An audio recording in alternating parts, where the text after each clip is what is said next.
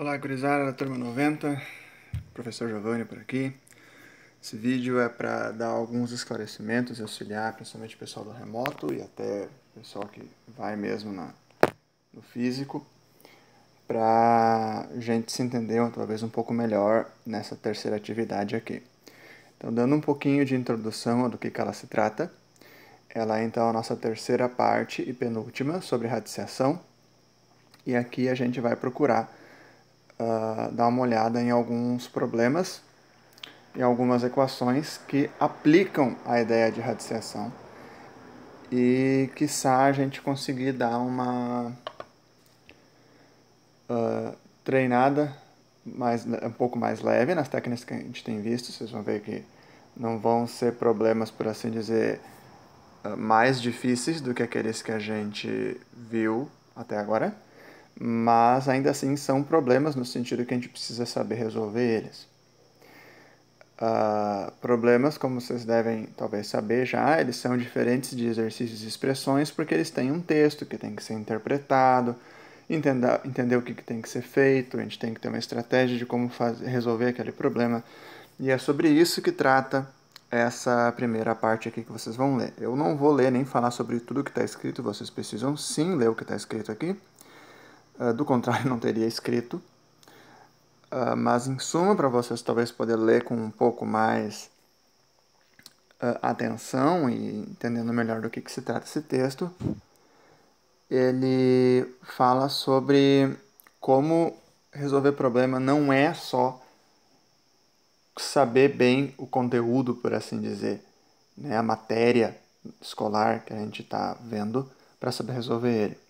Porque ele passa por uma série de habilidades como saber ler e interpretar informações de um texto, conhecer como aplicar na devida relação do conhecimento que está por trás do problema. Por exemplo, a gente pode estar estudando regras de 3, mas o problema é envolver algo sobre velocidade de um veículo. Dá para aplicar a regra de 3? Dá para aplicar, só que mesmo que seja bom em regra de 3, ainda assim talvez o contexto do movimento do veículo, etc., te confunda. Isso varia de pessoa para pessoa. E daí tu não sabe como resolver ele, apesar de saber aplicar a regra de 3. Então isso também está afetando, né, a questão de resolução de problemas. Então, tudo isso eu preciso deixar claro antes, para que caso tu trave em fazer os problemas, não significa que tu não saiba matemática. Tá? Isso pode ser problema, sim, na tua formação leitora, entre outras habilidades que não, enfim, não é só a questão da leitura que influencia. Os conhecimentos que a gente vai aplicar à simplificação de radiciações são o dimensionamento de corte diagonal, que é muito usado na serralheria e na marcenaria, a velocidade de queda sem arrasto, que é aplicado no estudo do movimento na física, o volume de troncos de cone na engenharia de produtos. Tronco de cone é aquele formato do copo comum, tá? Tu pensa num copo simples, vai vir a imagem de um tronco de um cone na tua cabeça. O tronco de um cone é um cone com a ponta do cone cortada fora. E estimativa da altitude para satélites geoestacionários, faltou um gel ali, que é muito usado na engenharia espacial para colocar satélites em órbitas que sirvam para comunicação, tá? Então, antes de a gente tratar esses problemas, eu propus uma pequena reflexão, não só reflexão, mas uma forma de vocês acordarem um pouco, assim, digamos assim, o cérebro de vocês para essa questão de resolução de problemas, tá? E o problema que a gente vai procurar acordar a nossa cabeça para ele é esse que está ali na tela. João precisa comprar o arroz mais barato que tem no mercado, um problema muito comum de que a gente enfrenta às vezes no mercado, não de arroz, mas qualquer outra coisa. Mas tem várias marcas e tipos de saco disponíveis. A tabela abaixo mostra as opções que João tem diante de si na gôndola. Gôndola é a prateleira, né? Sabendo que João está disposto a comprar no máximo R$ 50 ou 15 quilos de arroz, como ele deveria proceder? Eu analiso essa situação na próxima página, mas é de extrema importância que antes de que tu analise, tente tu primeiro analisar. Tá? Procura seguir aqueles pequenos passos ali. Não resolva ainda, né? Não precisa sair calculando nada. Primeiro pense uma estratégia de como tu vai resolver. Ah, senhor, mas é muito simples, é muito fácil de resolver. Bom, talvez para ti, mas lembra que a gente vai tratar de situações mais complicadas e o mais importante aqui é a gente tomar consciência de como a gente resolve problemas. Acredite em mim, não é tão trivial assim, tu pode acabar te estabanando, tá? Então, pause o vídeo, abra lá o arquivo, talvez aqui eu não vou conseguir mostrar inteiro ele. Então, pause o vídeo, abra lá o arquivo de leitura e procure resolver por ti mesmo, tá? Ó, tem um pega-ratão ali para quem quer ficar pulando. Então, de boa, pausa o vídeo e vai lá depois ver a resposta, ok? Passando em 3, 2, 1.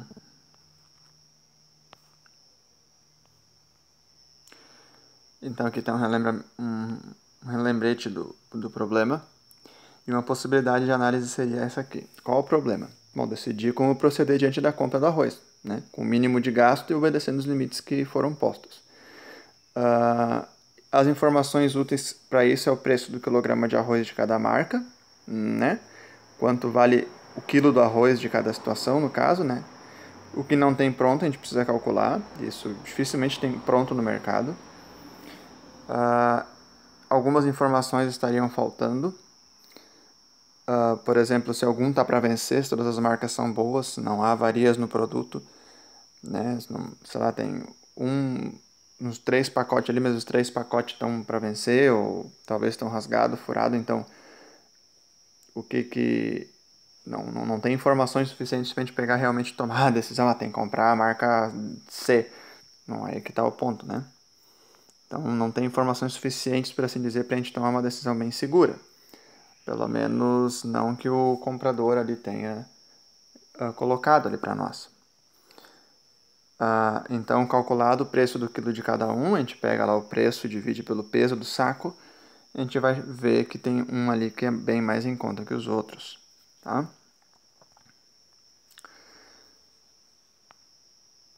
E daí, por fim, a gente vai, se não tem impedimento, né, de qual comprar um então o mais barato, né, se não tá para vencer nem nada.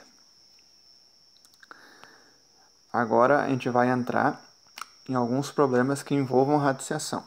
E daí o primeiro deles é dimensionamento de corte diagonal. Como, por exemplo, o corte diagonal ou fazer peças que vão na diagonal. Também é o caso. Por exemplo, ali a gente tem aquele Z, né? Que a parte diagonal é o reforço da porta para que ela não bambe, por assim dizer, para um lado e para o outro, né? Então ela segura a estrutura daquela maneira. Mas como é que a gente sabe qual é que é a dimensão que tem que ser aquela porta? A maioria das pessoas vai simplesmente pegar, né, essa tábua branca ali que forma o Z, botar por cima, riscar e vamos embora. Aqui a gente vai aplicar um conhecimento que pode envolver a radiciação, para a gente ver como ele pode ser útil para a gente dimensionar, pelo menos aqui de forma grosseira, tá? A gente precisaria de um outro conhecimento para ter as medidas mais precisas, pelo menos de forma grosseira para a gente poder ter uma ideia do tamanho que tem que ser aquela tábua ali, tá? E esse conhecimento é o Teorema de Pitágoras, que é essa equação mais ou menos no centro da tela, h ao quadrado igual a quadrado mais b ao quadrado. O que significa essa equação? Ela é a relação entre todos os lados de um triângulo retângulo. Triângulo retângulo, caso tu não lembre, são aqueles triângulos em que um dos ângulos internos é 90 graus. Tá? Que a gente chama de ângulo reto, por isso que é um triângulo retângulo, de ângulo reto. E existe um triângulo retângulo ali escondido, por assim dizer, cuja base menor é a tábua marrom ali na figura do lado. Ele tem ali aquela altura, né, de 1,8, ali é um outro lado dele, e o lado maior, que a gente chama de hipotenusa, no caso é o H, é a nossa diagonal que a gente quer saber. Então, se a gente tem o lado maior e o lado menor, perdão, se a gente tem a altura e aquela base ali, a gente consegue encontrar o valor da altura. Só que perceba que nos cálculos, nessa linha que tem um cálculo de h quadrado igual a quadrado mais b quadrado, flechinha, e assim vai, a gente não tem o h, então a gente precisa descobrir ele. Então acompanhe o cálculo. A gente botou ali a equação, seguiu aplicando os valores da base maior e da base menor, elevou elas ao quadrado e só depois a gente somou. E por fim a gente ficou com que h ao quadrado é igual a 4,45. Isso não é a resposta. A gente precisa saber qual é o valor do h. Para isso a gente precisa aplicar raízes quadradas de ambos os lados da equação. A gente conversou sobre isso um tempo atrás em sala de aula. Então, se a gente aplica a raiz quadrada em ambos os lados, a gente vai ter que a raiz quadrada de h ao quadrado é h, como a gente tantas vezes já conversou em sala de aula, e raiz de 4,45, botando na calculadora, nesse caso aqui não tem muito o que fazer, é 2,11 metros. Tá? Então aqui tem uma aplicação da raiz quadrada, por assim dizer, bem clara, para a gente ter uma ideia da diagonal de uma peça ou alguma outra coisa. Tá? Como eu falei, isso é uma aproximação, né? A gente precisaria ainda fazer os recortes ali das pontinhas para poder fazer o encaixe. Mas a comprovação matemática do como é que teria que ser esses recortes ali, a gente não vai conseguir ver ainda. E ela também, de todo modo, não aplica o teorema de Pitágoras, não aplica nem radiação, tá bom? O outro exemplo, outra situação, é a velocidade de queda livre, sem arrasto. Ou seja, é uma velocidade de queda em que a gente ignora a resistência que o ar provoca na queda de um objeto. A gente ignora a ação do vento, a gente ignora tudo. Não, o vento existe, por que a gente vai ignorar? Ah, aí que tá. Porque em algumas situações a gente ignorar ele torna o cálculo bem mais simples. E ainda assim é uma boa aproximação, se a gente for realmente medir qual é a altura de queda, a gente vê que para muitos casos é uma boa aproximação. Tá? Em geral, se a altura não é muito grande, tá? E se o objeto é consideravelmente pesado. Né? A equação, então, que rege a velocidade de queda de um objeto desprezando a resistência do ar é aquela em negrito ali no meio da tela agora. V² igual a 2gh. O v é a velocidade que a gente quer calcular. O g é a aceleração da gravidade, que geralmente é igual a 9,8. Não dei bola para aquela unidade de metro por segundo ao quadrado, tá? Para nós aqui ela não vai ser importante. Se tu não sabe o que é aceleração, também não tem problema, tá? É simplesmente a intensidade com que, em resumo, né, para nossos fins aqui, é a intensidade com que o planeta puxa a coisa para baixo. Então, para nós aqui vai ser apenas um número. E o h é a altura da onde o objeto cai. E ela tem que ser medida, então, em metros para que a nossa velocidade saia na unidade de metros por segundo. Ok? Essa velocidade de metros por segundo depois a gente pode converter para quilômetro por hora, mas como vocês vão ver, é de boas, não é nada demais, tá? Então, olhando para a parte do cálculo, ali mais ou menos agora no meio da tela, tem aquela flechinha, usa o mesmo raciocínio e logo em cima está o cálculo, tá? V² igual a 2 vezes 9,8 vezes 2. Aquele produto todo dá 39,2. Então, novamente, a gente tem que isso é v ao quadrado. Então, se a gente aplica a raiz quadrada de ambos os lados, a gente tem que raiz de v ao quadrado é v. E a raiz de 39,2, colocando na calculadora, porque esse cálculo ali é meio tortuoso, vai dar 6,26 metros por segundo. Então, se a gente quer saber com a nossa velocidade, que a gente usa geralmente em velocímetros, que a gente sabe melhor o que é muito rápido ou não, basta multiplicar a velocidade de metros por segundo por 3,6, tá bom? 3,6, como está indicado logo mais embaixo ali. Isso seria equivalente a 22 km por hora. Ou seja, ignorando a resistência do ar, cair de uma altura de 2 metros vai fazer com que impacte no chão, no solo, enfim, a cerca de 20 km por hora. E daí eu te proponho usar o mesmo raciocínio para estimar a velocidade de impacto de alguém que pule da Cascata Vitória do Maratá, que tem 25 metros de altura. Tá? Use ali a equação, pause o vídeo, procure fazer o teu cálculo. Tu pode conferir o resultado na nota de rodapé dessa página aqui, tá? Mas faça primeiro antes de ver lá o resultado.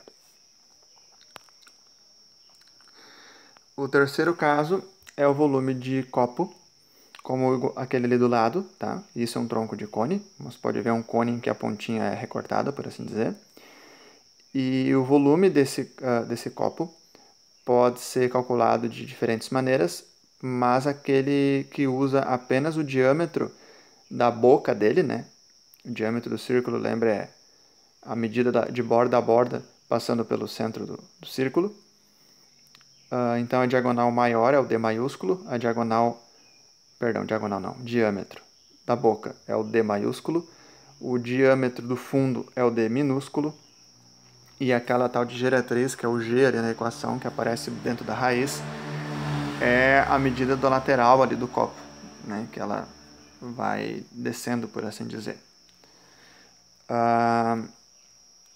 Então, a gente tem uma aplicação ali para saber o volume de um copo, cujo diâmetro da boca é 5 cm, do fundo 3 e a lateral do copo é de 12 centímetros.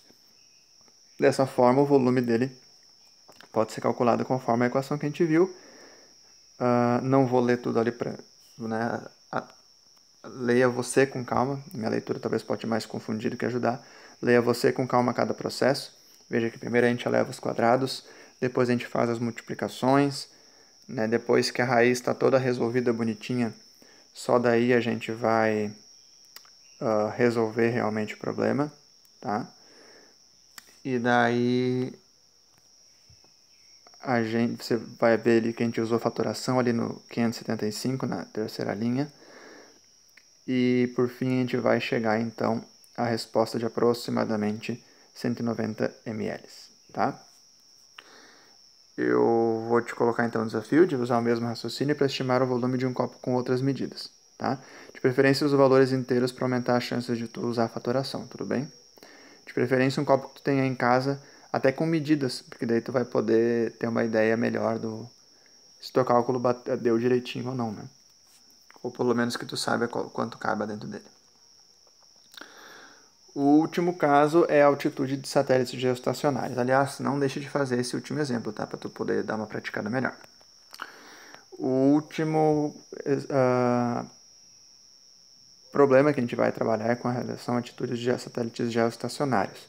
Então, leia o texto com calma, mas de forma genérica, satélite geoestacionário é aqueles que, se nós pudéssemos ver a olho nu, olhando para o céu, a gente veria ele sempre parado em relação à nossa cabeça.